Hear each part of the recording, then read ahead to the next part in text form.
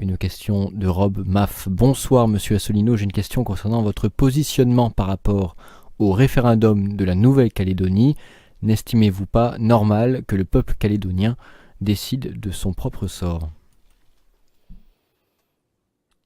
Eh bien, si, j'estime que c'est normal, puisque c'est justement ce qui va avoir lieu. C'est justement ce référendum qui va avoir lieu. Certains constitutionnalistes et professeurs de droit auraient motif d'ailleurs à tordre le nez. Parce que normalement, on aurait pu concevoir que ce soit un référendum qui soit au niveau de la France entière.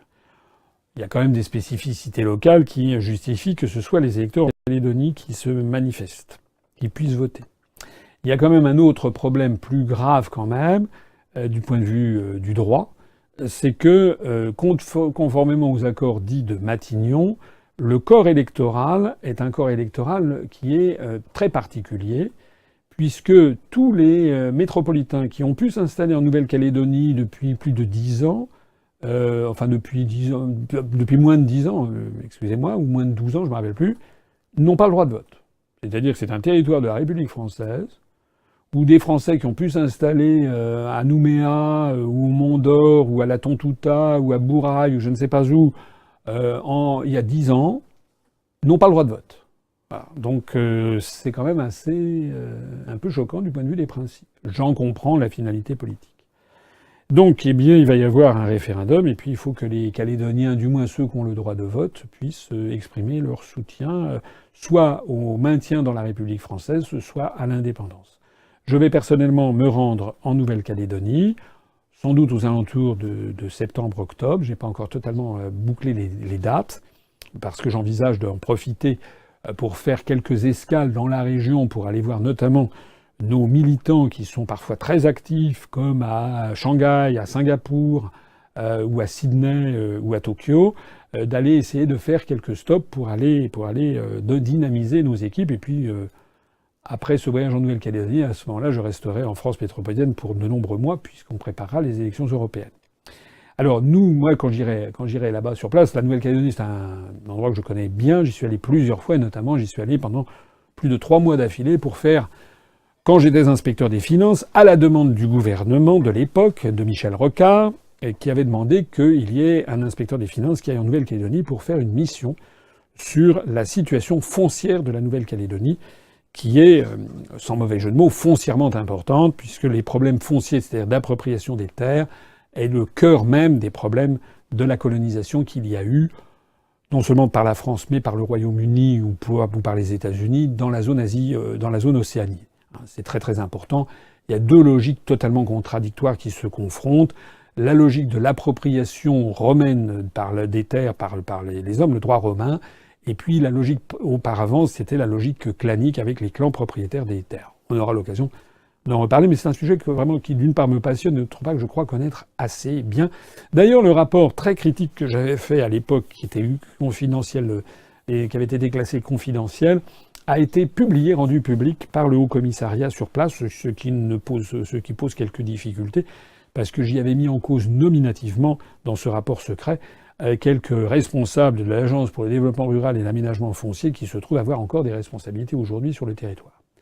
Moi, je vais me rendre là-bas parce que je crois que je connais assez bien ce territoire et je militerai pour que, évidemment, les Calédoniens s'expriment librement, mais je militerai pour qu'ils restent dans la République française. Et pourquoi ça? Parce que je pense que les indépendances, malheureusement, de ce genre d'État tournent très vite, très court. Les Nouvelles Hébrides, qui étaient auparavant un condominium franco-britannique, c'était un cas unique dans la colonisation, c'était à la fois les Anglais et les Français qui dirigeaient conjointement les Nouvelles Hébrides, sont devenues indépendantes en 1980 sous le nom d'un nouveau pays qui s'appelle Vanuatu, capitale Port-Vila. J'y suis allé d'ailleurs quelques mois après. Ce pays, qui est un des PMA, un des pays les moins avancés du monde, maintenant est le jeu des mafias et le jeu de l'argent sale, etc. C'est pas très brillant. Il est dans une voie de paupérisation accélérée. Il y a également dans toutes ces zones océaniques des micro-États qui en fait ont des indépendances factices puisqu'ils dépendent en fait de puissances plus importantes, soit l'Australie, soit la Nouvelle-Zélande, soit les États-Unis d'Amérique. C'est en fait le cas, par exemple, des îles Cook qui sont qui dépendent en fait de la Nouvelle-Zélande.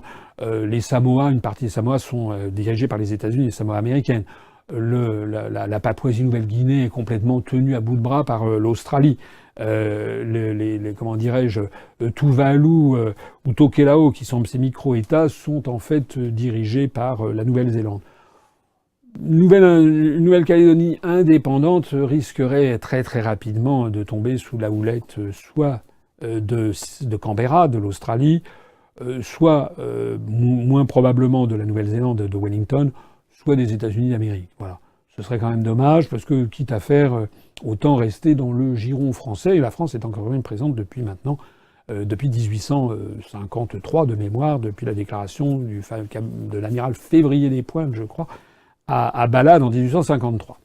Alors, pour autant, la situation est-elle bonne? Non, c'est une situation qui mériterait énormément de compte. J'en reparlerai parce que vraiment ça me tient à cœur.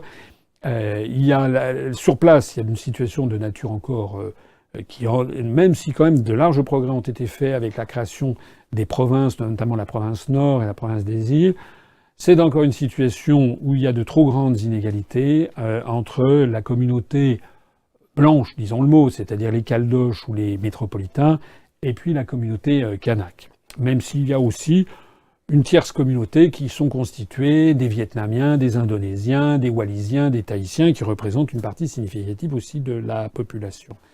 Moi, je dirais là-bas pour essayer de militer pour que la Calédonie reste dans la République, mais aussi pour que la France change son regard sur la Nouvelle-Calédonie. Voilà. Moi, je trouve qu'il faudrait qu'on apprenne beaucoup plus aux Français. Je disais la même chose en Polynésie, l'histoire de la Calédonie, l'histoire de la Nouvelle-Calédonie, les drames qui se sont produits, parce que la colonisation a connu certains côtés atroces en Nouvelle-Calédonie, il faut le dire, il faut reconnaître ça. Dire aussi quand même que maintenant nous sommes au XXIe siècle, que ça serait bien qu'on regarde tous ensemble vers le futur, et que nos compatriotes kanaks ont des choses à apporter à la communauté nationale, comme d'ailleurs nos compatriotes maoris de Polynésie. Moi, j'ai milité, lorsque j'étais allé en Polynésie, je dirais la même chose en Calédonie, pour qu'il y ait beaucoup plus d'échanges de population entre la métropole et la Nouvelle-Calédonie, beaucoup plus d'échanges d'étudiants, de collégiens, qu'on apprenne aux Français ce pays magnifique qu'est la Nouvelle-Calédonie. C'est parmi les îles les plus belles du monde que je connaisse, un climat enchanteur, et qu'on connaisse vraiment cette histoire, et qu'on permette notamment aux Kanaks de faire émerger des véritables élites, ce qui a quand même été l'objectif recherché déjà depuis quelque temps. D'après ce que je crois savoir, les sondages montrent que, normalement, une majorité relativement confortable des Calédoniens devrait voter pour le maintien dans la République française. Je pense que ce serait sage. N'oubliez pas non plus qu'il y a les appétits chinois, qui sont très proches, j'en parlais tout à l'heure. Je pense que ce serait sage. Je pense que ce serait sage que la Nouvelle-Calédonie reste dans la République française, avec un statut qui est d'ailleurs déjà de très large autonomie, que la République française assure ce qu'elle doit assurer, c'est-à-dire la protection des personnes et des biens, la défense du territoire, la protection de la zone économique exclusive, la surveillance des grandes valeurs républicaines, l'égalité entre les citoyens. Voilà. Il y a actuellement, la Nouvelle-Calédonie est un pays où le seul endroit de France où il y a d'ailleurs encore un statut de l'indigénat, qui est non pas le statut de droit civil. Il est vrai que c'est à la demande d'ailleurs des Kanaks. Certains ne veulent pas adopter le droit civil normal. Moi, je suis en tout cas très en faveur du respect des traditions locales. Je les connais un peu. Je m'étais rendu dans une tribu à Petit Coulis à Araméa, je me rappelle, reçu par le grand chef. Ce sont des gens, les Kanaks, qui sont des gens extrêmement sensibles, fins, intelligents, et auxquels nos compatriotes, depuis un certain nombre, malheureusement depuis 1853, n'ont pas toujours, c'est le moins qu'on puisse dire, fait valoir les valeurs de la République. Moi, je suis en faveur d'une Calédonie dans la République, mais avec toutes les valeurs républicaines qui s'y attachent.